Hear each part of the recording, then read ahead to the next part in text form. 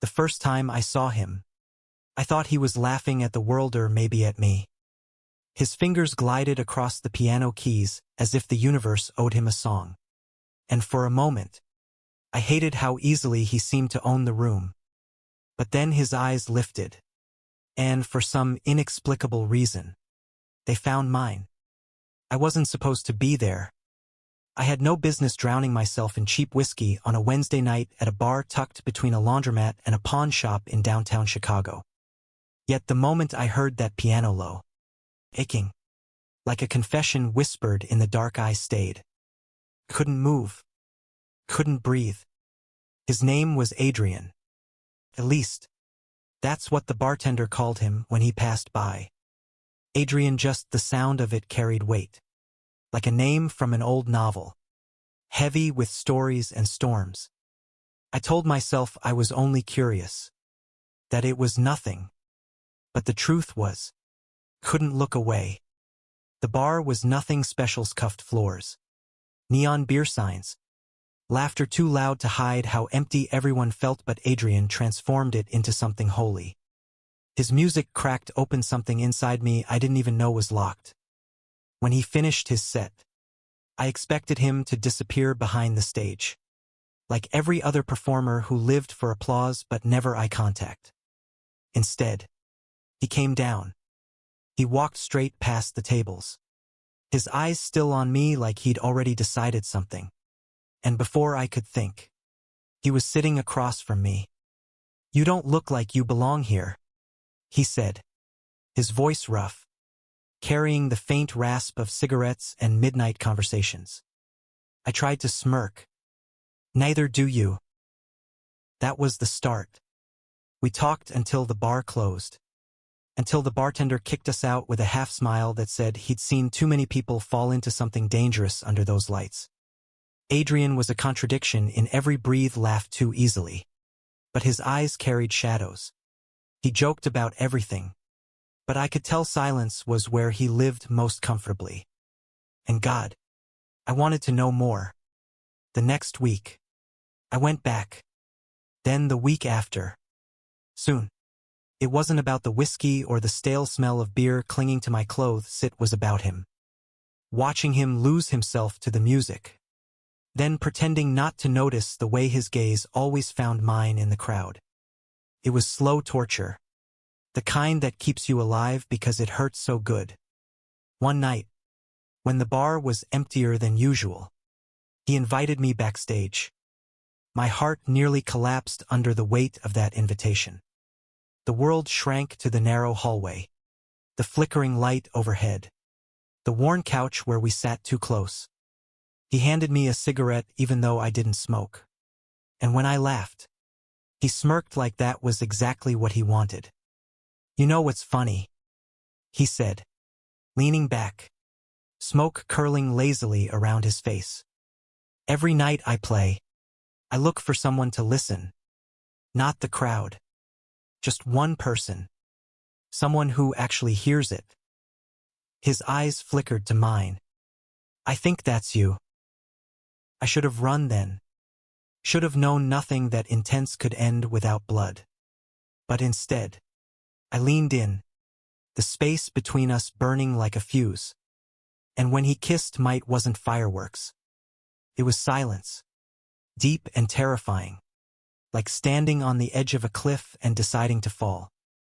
But secrets have a way of finding cracks in even the strongest walls. I noticed it first in his silences. The way his phone would buzz, and he'd shut it off instantly.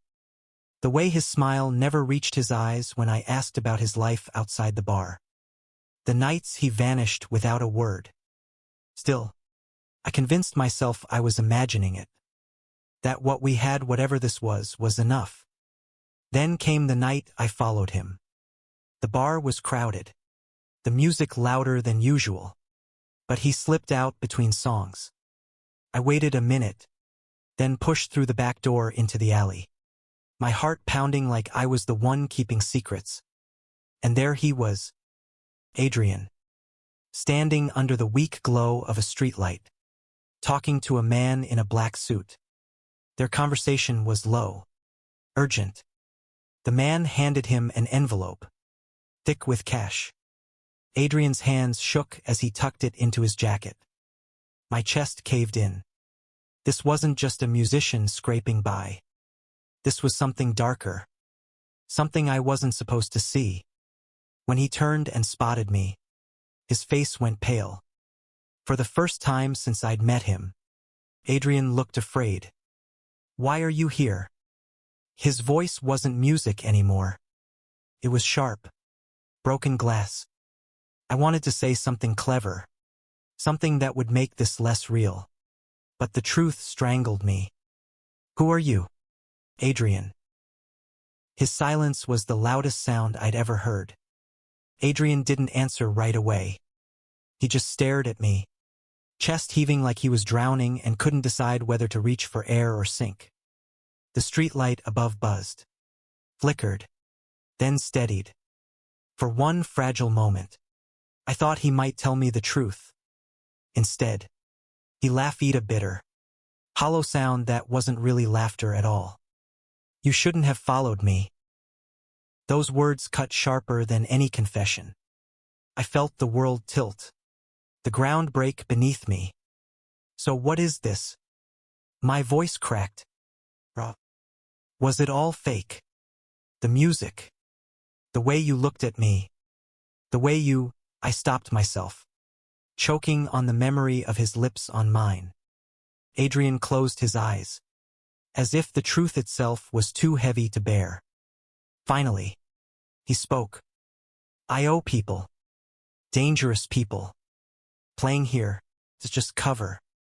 I don't get to choose who I am after midnight." His hands trembled as he shoved them into his pockets. "If you're smart, you'll walk away now. Forget you ever met me." But forgetting him was already impossible. For days, I tried.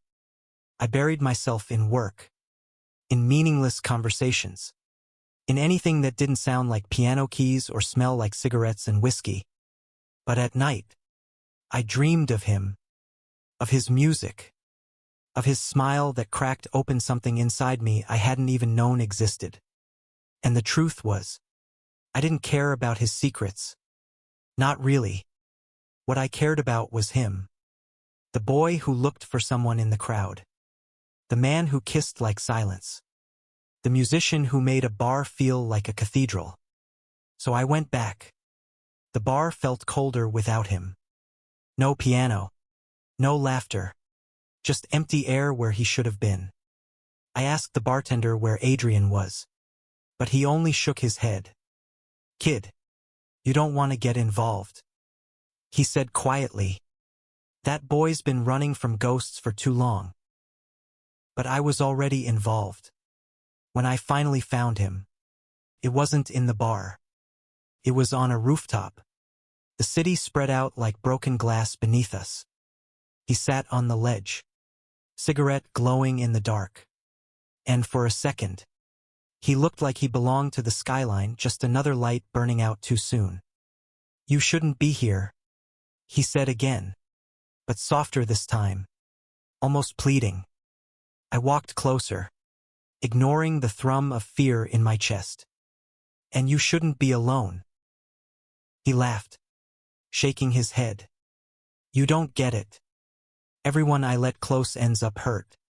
That's the only truth I have to offer you."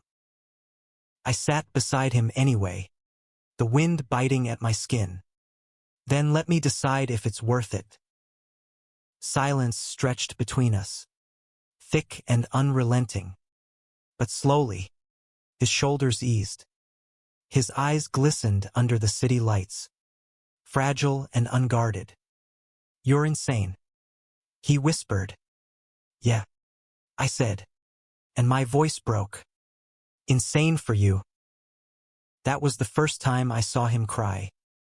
The weeks that followed were chaos. Some nights, Adrian disappeared without explanation, returning with bruises and exhaustion etched into his body. Other nights, he let me hold him until dawn, his walls crumbling piece by piece in the quiet of my arms. There were fights, God. So many fights. about trust, about fear, about a future neither of us could clearly see. But through every storm, one truth anchored me. I loved him. And no secret, no shadow, no ghost could change that. Love doesn't fix everything, but it makes surviving possible. The night everything broke open, I thought I'd lose him for good. He didn't show up for his set.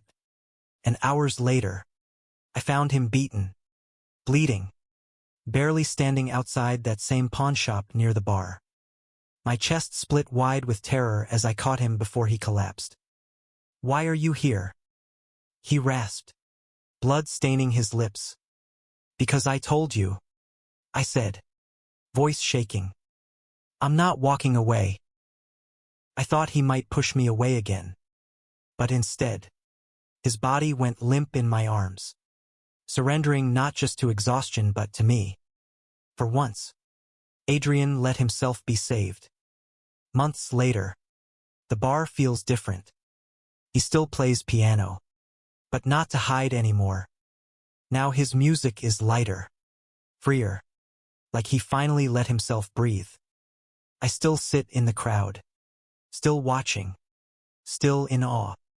But now, when his eyes find mine, there are no secrets between us and love. After his set, he walks straight to me. He doesn't have to say anything, because the way his hand finds mine tells the whole story. Adrian isn't fixed. Neither am I. We're messy, fractured, scarred. But together, we're something else, something whole. He squeezes my hand. His smile soft, fragile, real. "You saved me," he whispers. I shake my head. "No. You saved yourself." I just refused to let go. And under the warm lights of that bar, with the echo of his piano still lingering in the air, I realized something I should have known all along. This isn't a story about secrets. It's a story about love, the kind that survives the dark, the kind that refuses to let go, the kind that heals in ways no one else can see. The music begins again, and this time, it's ours. Thank you for listening. Don't forget to like and subscribe to stay updated with the latest videos.